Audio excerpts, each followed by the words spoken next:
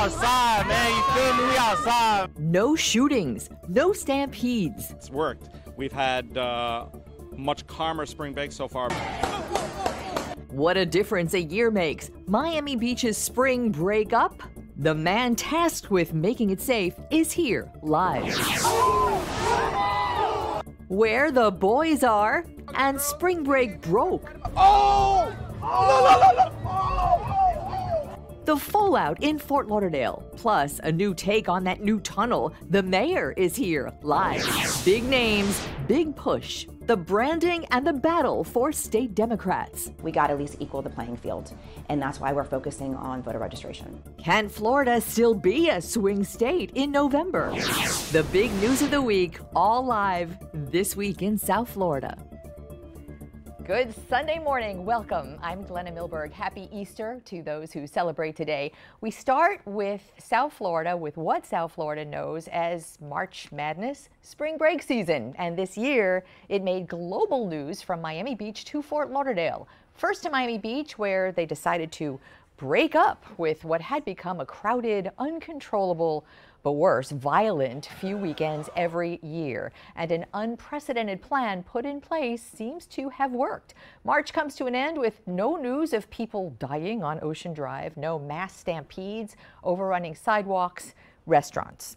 The man tasked with seeing it through and keeping it safe is Miami Beach's police chief. And his first spring break as the city's top cop, but a veteran Miami Beach police officer with plenty of spring break experience. Chief Wayne Jones right here with us today. Chief Jones, great to have you. Your first time at the table. First time at the table. Welcome. And thank you for allowing me to be here and spend some time with you. 28 years with Miami Beach Police Department before they handed you the extra star, I guess, Yeah. last year. So this is, you know, we don't often do victory laps on this show, but I think it's safe to say that this is kind of a victory lap for you at the end of March, and credit from a lot of people is going to you, and I know there's a lot of people involved in that. But what do you think went right this time? Almost everything. Almost everything. And starting with the very, very clever campaign that went out. We're breaking up with spring break. I want to talk about the messaging, yes. It was perfect. Perfectly done, perfectly executed. Over 2 billion views of that video in the campaign. And so it worked, right? We told people ahead of time what was going to happen if it came to South Beach. And then the men and women of the police department did a fantastic job sort of putting that into action. So, you know, really interesting that you said right off the bat it was the messaging, because for the past few years, I mean, all the news organizations around the world have been on Ocean Drive for spring break. And there has, in the past couple of years, there's always been a very large police presence there, and multiple police forces adding to the assist. Yeah. So that visually did not look different. There were the parking garages that were closed or the fees hiked. There have been license plate readers on the causeways for a few years. Mm-hmm. There have been traffic patterns. So was the messaging really the difference this year, besides the parking garages? Yeah, I think it was a game changer. It started off with really clever messaging, like I said, and then we added a new twist to all of that. Yes, we had all these police departments, 18 other police departments, law enforcement agencies supporting our efforts, which is fantastic. We had the DRI checkpoints and the LPRs, but we never did all that at the same time. Huh. It was sort of mixed match in the past, and this year what we did was we brought it all together, and it worked. And this was you've 28 years on the force, but this was your sort of, and you've been involved in spring break planning for a while, and this was your first time at the head. That was pressure. I mean, it was on you. Did you feel that pressure? I did feel pressure. You know, I was asked, Glenna, what would success look like to me? And for me, it was very simple. No one shot and killed. Okay. And we accomplished that. Wow, that's a good accomplishment. So let's talk numbers. Last year, I have, and tell me if these are accurate, because I pulled these today. Sure. 500 arrests last year, more than 500 arrests, is that true? More than 500, I think 507. And this year, arrests down 8%. Approximately, it's 469 this year as compared to last year. So still hundreds of arrests. Sure. Were the arrests for different crimes? A host of different crimes, usually associated with spring break type. I guess the question is, were the arrests this year different, less severe crimes, less charges, or the same? You know, you paint a picture of what did change in the arrest pattern. Less arrests, pattern remains the same. Explain that. Well, kids come in here for spring break. Kids sometimes drink too much during spring break. They're having a good time, getting into fights. Sometimes things are stolen, open air drinking. That sort of spring break related. Violent crime arrests down? Down significantly. Talk about that. That's what I want to hear, because I think people look at spring break, you're going to know kids are drinking and adults are drinking, and there will be fights. But I think what really drew attention and horror were people dying, gunshots, stampedes. Did you see, well, you didn't see that this year, but so those kind of arrests, which we would call violent crimes, do you see a marked decrease in those? Significant decrease. And again, I think it was owed to initial campaign that went out. Then it was owed also to our officers engaging more.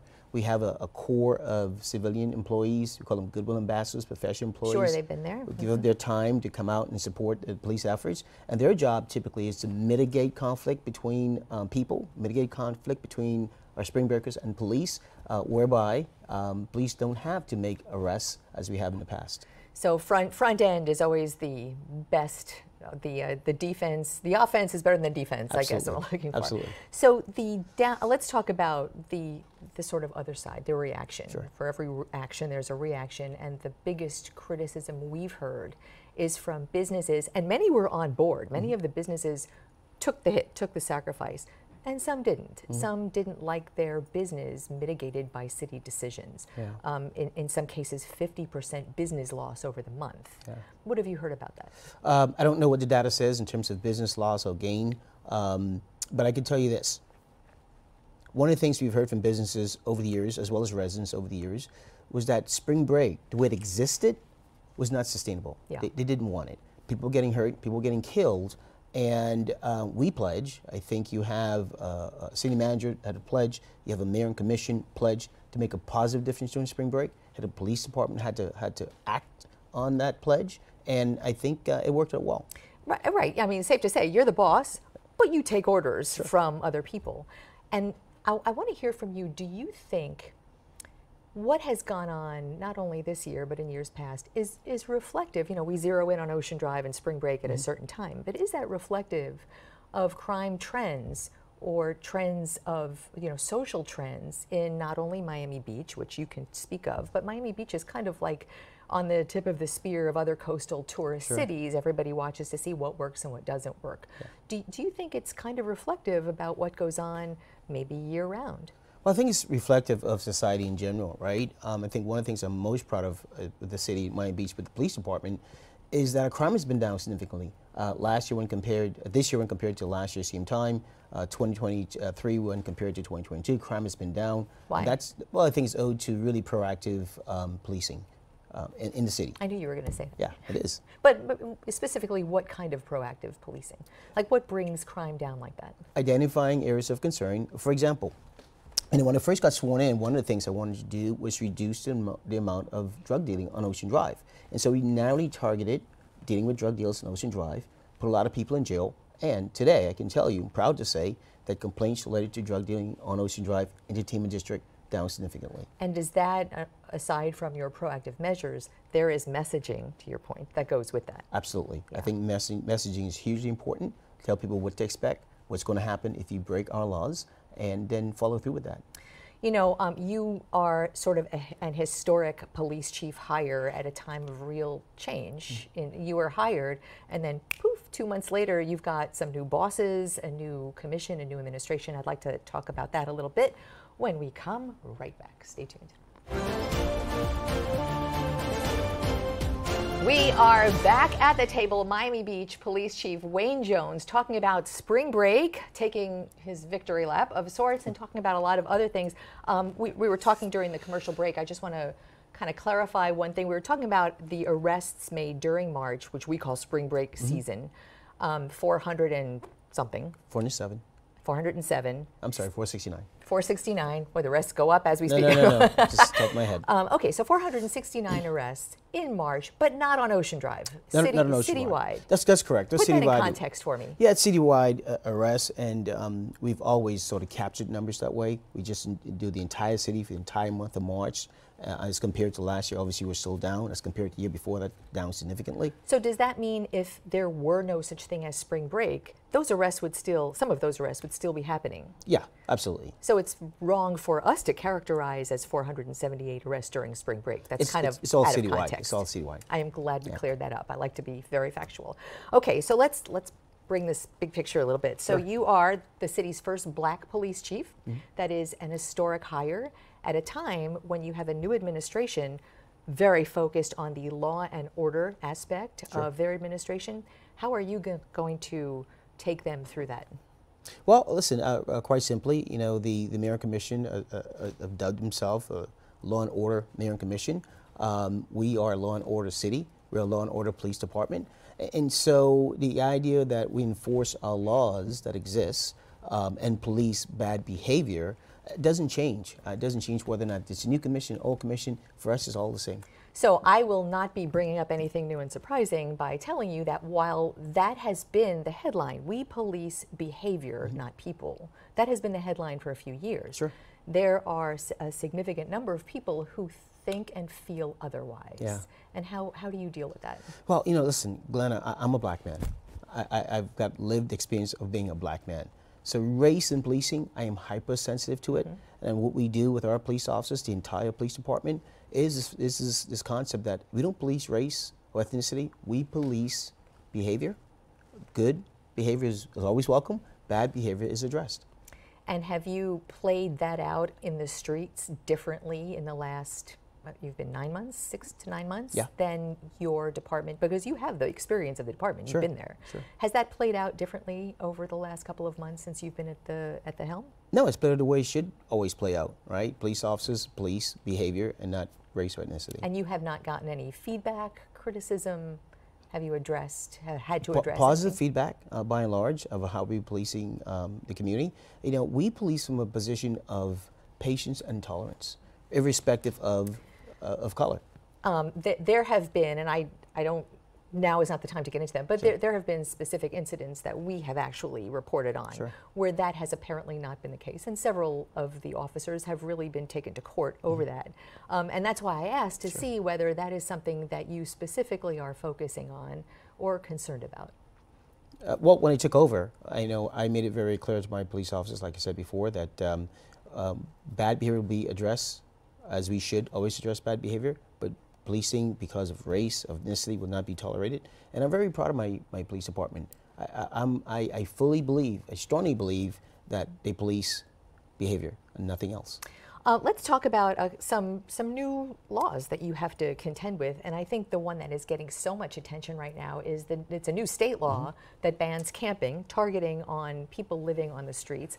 People living on the streets are not a monolithic group. Some may be experiencing financial hardship or homelessness, and some are real mental health issues that need to be addressed. And I know you are very much involved and have been involved in that.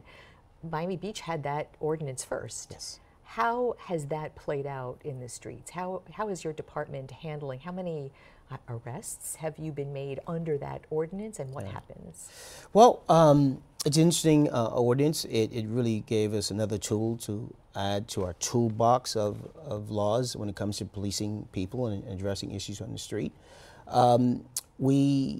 We have used the ordinance a handful of times, I think just over 20 times since it was implemented. It was implemented in October. We went through a training session with our police officers to make sure they understand fully what the ordinance meant and how to apply it.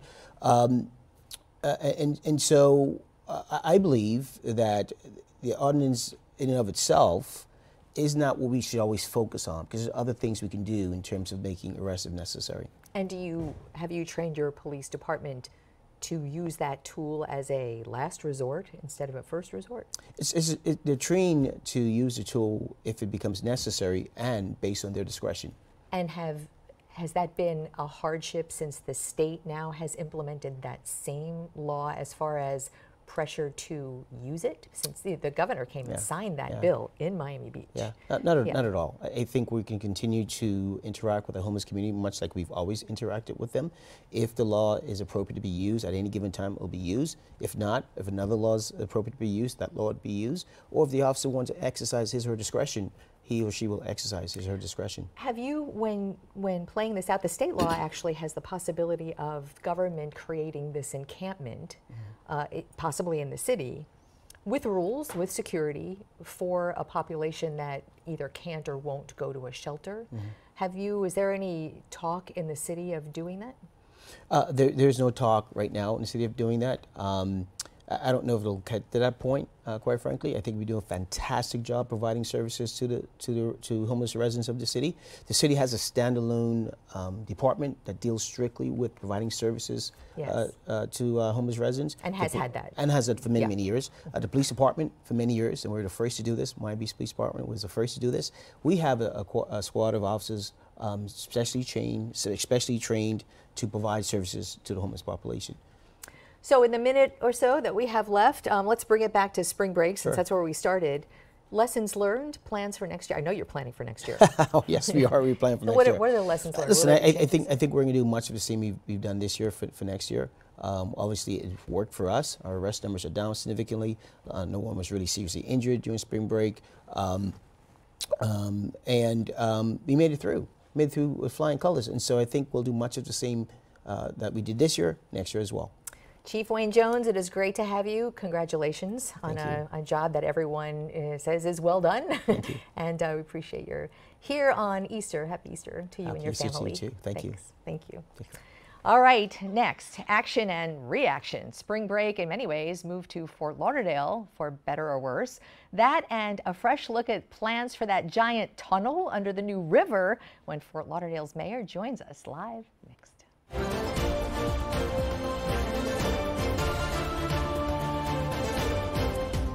Spring break in Fort Lauderdale used to be where the boys are, and now it's where the crowds went. Some that may have been in Miami Beach, but for that messaging and the methods, they made clear they were not wanted. Fort Lauderdale took a different approach, welcoming spring breakers, and we start there with Fort Lauderdale Mayor Dean Trantalis live with us on the Zoom. I know you're not in the city today, and I really do appreciate that you are taking time of your Sunday Easter for us. Welcome, Mayor. Thank you, Glenna. So let's start there.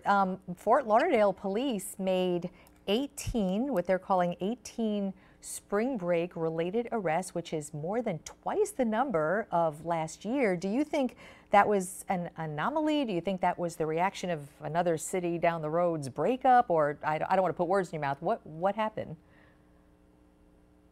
Well, first of all, we had a tremendous spring break season. We're just about wrapping it up this week, and everyone had a great experience. We had a lot of fun times. The college kids came down from all over the country, and we really had a pretty sedate, relatively speaking, spring break. The numbers I don't think are really going to tell you the truth about what happened here in Fort Lauderdale. Kids came from all over the country. And they came to a safe environment, a fun environment, and they left with a good experience. And hopefully they'll come back when they graduate and decide Fort Lauderdale is their new home. Well, that's an interesting take. And I know you are so right. Throwing out arrest numbers out of context, it's something that, it's a statistic that news uses, but it, to your point, really doesn't paint a picture. And yet the arrests were up. And that has something, there's a reason for that. And you are welcoming spring breakers. We covered some issues, there were no, murders or anything like that, but there were some issues. And I really want to get a sense of what you think was different this year. Well, first of all, kids are going to be kids. They're going to get out of hand. They're going to be a little unruly. Trying to act up. I mean, they were not serious offenses. They were just disorderly conduct and things like that. There were no gun arrests. There were no murders. There was no, we did not have a tense environment that other cities have often experienced. And so the message went out to the parents, bring your kids here, send your kids here. And by the way, it wasn't just a kid event. We saw lots of families come to Fort Lauderdale during the same period of time, and everyone had a great time. So, I think that when people are starting to make comparisons between Fort Lauderdale and, say, for example, Miami Beach, I think we have different experiences. And I think that in the end, we'll all come out in the same place, which is a positive experience when people visit our cities. But our police took a really great approach to this. They took a kinder, gentler approach. They weren't there to knock kids over the head with billy clubs. They were there to, to diffuse situations, to help kids out, to make it a friendly environment. In fact, we even did recruiting. We had over almost 100 applications during the spring break period of young kids who signed up to perhaps be police officers when they graduate from college. Was that a decided effort or was that coincidence? Did you have a recruitment rally at spring break? We had a tent set up on the beach, and we were very proactive in getting kids to sign up. We had some of our police officers were out there, challenging some of the kids to calisthenics and seeing if they were fit. And you could be surprised, a lot of those guys were happy to show themselves off. So, yeah, we did a very proactive. It wasn't just random. We were very proactive in trying to see how many kids we could get to come back to Fort Lauderdale and be part of our police department. So to your point, I don't want to make comparisons between Miami Beach's spring break and Fort Lauderdale's spring break because that is, to your point, apples and oranges. But we did talk to some people, some kids on the beach who specifically, on Fort Lauderdale Beach, that specifically said they were there, purposefully chose not to go to Miami Beach because of that messaging.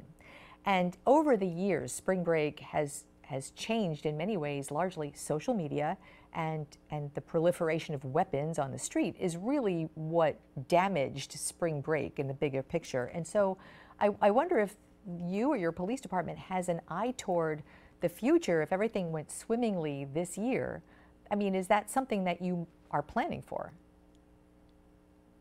It was definitely an effort by everybody, Parks and Recreation, the police department, all of our city staff.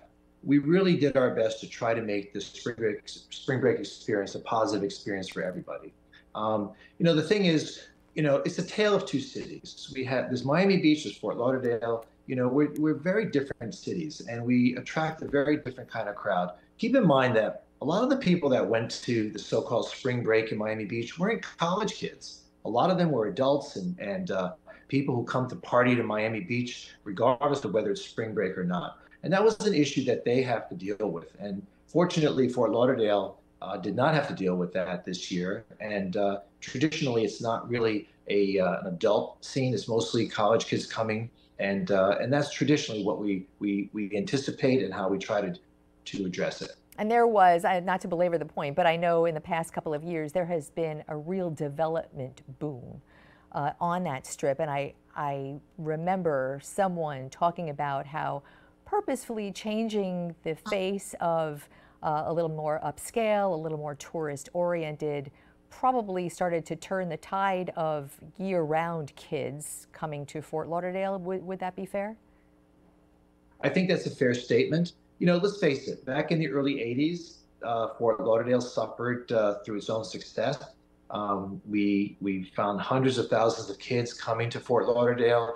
You could get a hotel room for $200 a week, and you pile 10 kids in there. It's a totally different scene. And the people that ran the city at that time decided they had enough. And yes, it did. The policies over the years have been to create a more upscale experience here on the beach. And to their credit, it has become very successful. We have a lot of great branded hotels on the beach. The experience is much more upscale, but it doesn't exclude families who really can also afford the mid-range price hotel. We have all of that for everybody. So it really encourages people from all walks of life to come to our city. Everyone under the sun is our byline, and we're very happy to embrace the diversity of the cultures that come to our city.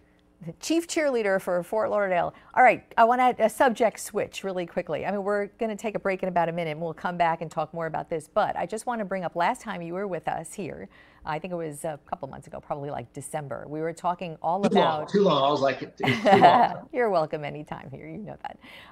So we were talking about bridge versus tunnel over or through the new river for commuter rail. And you have always been team tunnel, and you were fighting an uphill battle. And I know a couple of things have transpired this month that may change the tide, not the least of which was you went to visit Miami's port tunnel.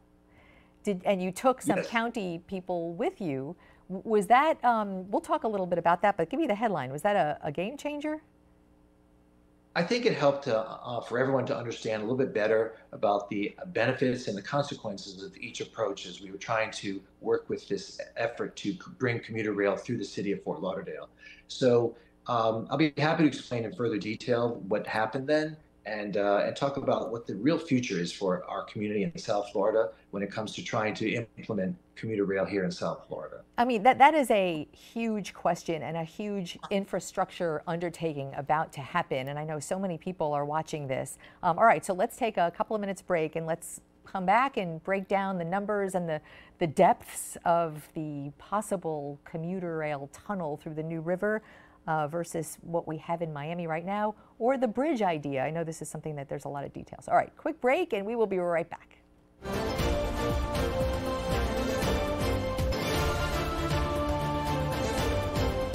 We are back with Fort Lauderdale Mayor Dean Trantalis. We are about to get into bridge versus tunnel. Mayor, this question about a commuter rail tunnel or bridge through or under the New River, this is something that I know you've been working on for a while.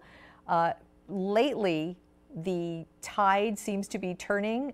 You've got new information that might support the tunnel through the river that a lot of your colleagues and a lot of leaders in Broward and Fort Lauderdale might not think is feasible because of the cost or the time. So your trip to Miami's Port Tunnel, which is in some cases, a very different kind of tunnel that would go through the New River, what did you learn about what is possible? So let's just step back for just a second and talk about what is the purpose of even having this conversation.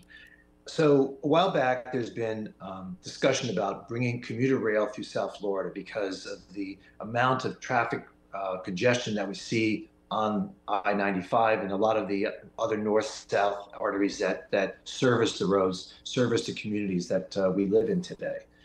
So commuter rail, we have the tracks there. Right now, we have Bright Line, we have the freight lines, and of course, we have Amtrak. The idea is to add many more trains to the system, as many as anywhere between 60 and maybe 80 more trains per day on those existing east tracks in order to accommodate a commuter rail system. Why? Not just to alleviate the traffic concerns, but also to anticipate the growth that will happen in South Florida and to be able to accommodate that growth so that those that do move here will be able to locate along the track and be able to not use cars, but instead use commuter rail to get either to work or to wherever they need to go. That's the theory. So moving forward, Miami-Dade started this project several years ago, and Broward County decided, hey, why don't we also participate in this and bring it through Broward County and, of course, through Palm Beach County. So in the discussions talking about this, we realized that in order to promote economic development, the track that would be used would be the eastern side of the city, so the west track and the east track. So economic development is a very interesting theory. It's not just traffic mitigation, but like I said, economic development. So bringing the train through Fort Lauderdale would require going over the New River. Now, the New River is not just a simple river cutting through the middle of the city. If you go up the river, there's a multi-billion-dollar industry that exists up there. The marine industry is probably one of the most important industries that we have here in South Florida. So throughout the entire state. I don't want to interrupt you, but let's just stipulate that you have a huge marine industry. You have hundreds of thousands of new residents and high-rises around the New River. It is bustling. So I want to stipulate to that because I really want to get to the real costs of train tunnel versus bridge. So I needed to put it in context so people understand why we're even having this discussion. Yeah. So trying to protect the marine industry has said, look, if you're going to build a bridge over the New River, it's got to be a very high bridge, because if it's a low bridge, it's still going to frustrate all the marine industry activity that takes place upriver, and we can't have that. So the idea of having a tall bridge would require almost a 2-mile long bridge that would be built right through the center in the heart of Fort Lauderdale. What would that do? How would that impact us? It would impact us significantly because we already have economic development occurring, and to build a bridge right through the middle of it, 2 miles long, would be absolutely devastating. So the county and the city went out and started researching what the cost of a bridge would be. And we also decided to talk about a tunnel. Why? Because if we can build a tunnel underneath the city, it would completely eliminate all the horror that we would have to suffer if we built a 2-mile bridge through the city. Right, and I think we're there. The reasons have been laid out properly. What I really, Okay. in the few minutes that we have together, I want to, Okay. I covered the construction of the Miami Port Bridge. It was twin tunnels, $643 million is the cost over the course of 30 years. It's $1.1 billion. Is that, did you find comparison costs in the plans for what might be a tunnel under the new river? So the Miami tunnel cost about $650 million. It was about 10 years ago that it was built. But the tunnels, the twin tunnels there are twice the size of the ones we're trying to build here. They're about 44 feet. We're looking to build half the size, about 24 feet. Also, they went 120 feet down into the ground. We're not looking to go anywhere that deep. It's probably more like 50 to 60 feet down. So the dynamic and the actual engineering would be completely different, much smaller scale. Given that, so the FDOT and the MPO's consultants came back with a cost anywhere between $3 and $4 billion. We realized how unrealistic that was. Fast forward, we hired consultants, BDO, a major international consulting firm, and they came back now with a price of $888 million all in for a 1.1 mile tunnel that would go underneath the train tracks, underneath the river, and allow the train tracks to pass through the city without having to be done through a bridge concept. And with these new numbers and with this fresh look, have you gotten anyone who was opposed to it, any of the people who really were eyeing the bridge in the county especially, have you gotten any indication that they may be taking another look at the tunnel? I think the visit to Miami was very helpful. I think it was a turning point. Commissioner Lamar Fisher, who represents the Fort Lauderdale area, also with the Deputy County Administrator, Kevin Kelleher, came to the visit and heard the presentation made by the folks in Miami. The people in Miami said that the tunnel is doable, can be done much cheaper than with the projections, and that I think was a very helpful opportunity for the county to hear firsthand from an independent third party what we have been saying all along. So what's the next step? So the next step is to confer with the county administrator and to continue the conversation with the county Board of County Commissioners, as well as with our city commission, and to keep this conversation going. So we have applied for a federal grant and have received it. The county applied for a federal grant and has received it to further study the impact of bridge versus tunnel in this area. The MPO received a $1.5 million grant. The city of Fort Lauderdale received just under $1 million. We'll both get to the same place because it will help us all understand the economic impact, the social impact, as well as the connecting communities goal, which the Biden administration is hoping to achieve through transportation infrastructure projects such as this. Wow, that's a lot of consultant money. So that's but this is not easy. This is not easy. No, of course. It took 30 years for Miami to get where they did. I'm hoping to do it in 3. So we got a lot of studying to do very quickly because we want to see commuter rail happen in South Florida, but we just need to do it the right way. And I think we're on that path. And we are watching that. This is a really interesting question and what could be a monumental project. So Mayor Dean Trantalis, thank you so much. And please do keep in touch. Thank you.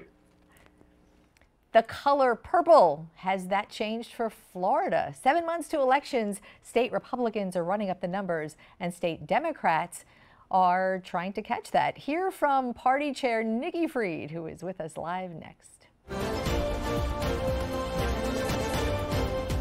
Destination Miami-Dade this week for Democrats launching Latino voter outreach for president. Fresh off Florida's presidential primary that wasn't, The state party canceled it, made Joe Biden the automatic winner. State Republicans picked Donald Trump by 81% in the primary, but beyond that, had some decisive wins in local elections and a growing lead in voter registrations. Signs Florida may be off its coveted place on the swing state list. Nikki Fried is chair of the Florida Democratic Party, making some big changes, and right here with us live. Madam Chair, welcome. Thanks for having me back, Glenna. Happy Easter to everybody. That's happy Easter to you and yours. So my first question is, would you say right now Florida Democrats are on the offense or on the defense? We are absolutely on the offense. We're seeing the energy and momentum all throughout the entire state. And you saw even last weekend, we had the vice president here walking through Stoneman Douglas. We had the second gentleman here this past Wednesday. You're seeing a new energy, not only here in the state, but really momentum from across the entire country, having all eyes on Florida. We are playing offense. We know that we have to do a lot of work on the ground to get back to the basics of organizing, regaining the trust. But we certainly are moving in the right direction. We're seeing the pendulum swing every single day throughout the state. So I want to talk about it. The Florida primary was a week and a half ago. There was no Democratic primary. And you saw that there was a Republican primary, so Republican voters came out. And you saw some losses, some Democratic losses in various local elections, 3, I believe, out of 7.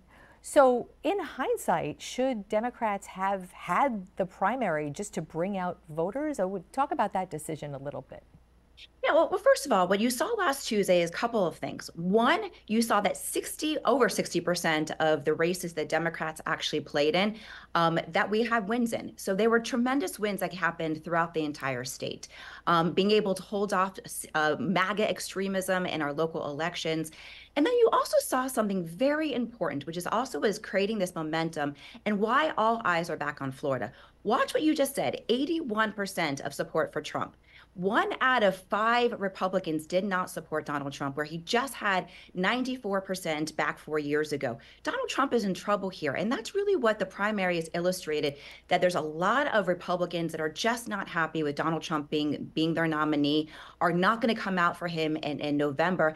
At the same time, where you're seeing energy and excitement again around Democrats, Democratic candidates, and most importantly, that Democrats every single day throughout the state and throughout the nation wake up saying, what can we do to make the people of our state and the nation better?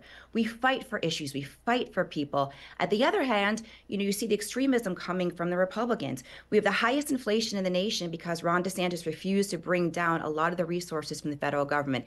Today, on Easter of all days, you're seeing hundreds of thousands of our children that are losing their health care coverage. You're seeing tomorrow we have an important decision from the Supreme Court dealing with abortion. That's because of where we are in the state and the nation. 6-week abortion bans at 77% of Floridians. Can I just jump in here for 1 minute? Because I want to, you're saying a lot of things that I want to address. And I think you hear Democrats and Republicans leveling the extremist line going both ways, and there are a lot of different topics to cover that people have a lot of divergent opinions on. But I want to rewind a little bit, because to your point, there are 14% of Florida Republicans did not vote for Donald Trump. But take that to the logical conclusion. You don't think 14% of Florida Republicans will be voting for Joe Biden for president, do you? I think that they're going to stay home. I've spoken to a lot of these Republicans who are fed up with their party. The extremism of MAGA. MAGA has completely taken over the Republican Party. I think you and I have talked about this, and people know my dad is a diehard Republican. This isn't his party, which talks about local government control and less spending and less taxes and home rule. The Republican parties have created this culture war in our state and across the nation, while they're neglecting the everyday responsibility of good governance. We see property insurance continue to increase, and now we're seeing auto insurance increasing here in the state of Florida. People are fed up and frustrated with the extremism coming out of the Republican Party. So I don't know necessarily that they're going to come out and vote for Joe Biden, but a lot of them are going to stay home because they just can't see another 4 years under Donald Trump. They understand that we will lose democracy, and this is not who the Republican Party is. So let me talk to you a little bit about the voter registration numbers, because we have reported over the last couple of years, state Republicans made a very aggressive, very concerted effort to sign people up to be Florida Republicans. I know the Democratic Party is doing that now. There is a 800 plus thousand deficit. So it might be more now, as I haven't looked at the numbers today. But what by the numbers can Democrats do? I mean, just by a sheer get out the vote, the math just isn't there. So how do you make that up in 7 months? Yeah, well, first of all, let's take a step back and understand where we got how we got here. Your Democratic Party has not been doing active voter registration for quite some cycles. That has allowed a lot of the Republican increase in voter registration. That's also allowed we have almost 1/3 of our state now that are no party affiliates, so the independent vote. That has become a huge voting bloc here in the state of Florida. So what Democrats under my leadership have done is gone back to those necessary elements of what the party is supposed to do, which is voter registration. So we have brought everything in-house. We have recreated the volunteer base throughout the state. Here in Miami-Dade, not only have we recreated the volunteer structure in the county, but we've also now doing paid canvassing and paid voter registration. The other thing is that a lot of this is smoke and mirrors as far as those numbers, because what happened in 2022, the Republicans passed a very egregious voter suppression law that mandated that every single year, the supervisors of elections have to clean their rolls. And they've redefined what the word inactive means. So we saw just last year, almost over 800,000 Democrats that were listed as inactive voters. First of all, for anybody who's watching, 1, check your status. 2, you still can vote, but if you don't vote in this cycle, then you're off the rolls. I was going to just say, as a, on the other side of that coin, some people call it voter suppression, some people call it voter security. Doesn't that put the onus on a voter to take responsibility for making sure his or her voter information and registration is complete? Sure. That's one of the greatest, benefits of being an American, that everybody has got this right to vote. And it is so sacred, but you have to still have responsibility to make sure you're checking your status. But if you don't know that you've been kicked off the vote by mail, again, over 1 million voters last year were kicked off the vote by mail because now every 2 years you have to re-enlist. But that is, again, hoops that the Republicans continue to put in front of the voters to make it more difficult. So it's not just, okay, I registered when I was 18 years old, I've got my card, I know where I'm going. Now, every 2 years, they've changed the laws. And so now you have to check to make sure that you're still eligible to vote, that you're still an active voter, and that you are going to receive your vote by mail. These are a lot of hoops that the Republicans intentionally have put in front of the voters. If this wasn't the case and they were getting their message out there and people were just flocking to the Republican Party because of their policies, then they wouldn't have had to pass any of these laws. But the reality is that Democrats have a huge advantage when it comes to vote by mail. That's why they've changed the laws. Party Chair Nikki Fried, I wish we had a lot more time, and we kind of do. We have 7 months together that we can revisit some of this, but I really appreciate you joining us on an Easter. Have a beautiful day, and we will talk soon. Thank you, my friend. All right. Take care. And we will be right back. To re-watch today's interviews, or you can listen to the This Week in South Florida podcast. All you have to do is scan that QR code with your phone right there on your screen, and it takes you right to the This Week in South Florida section of local10.com. And we want to hear from you about what you think about today's program, the interviews, or anything in the news on your mind. You can email or on social media. It's at Glenna WPLG on Facebook and X, Twitter, and Instagram as well. We thank you so much for spending this hour with us. Have a beautiful Sunday. Happy Easter to those who celebrate. And remember, keep in touch.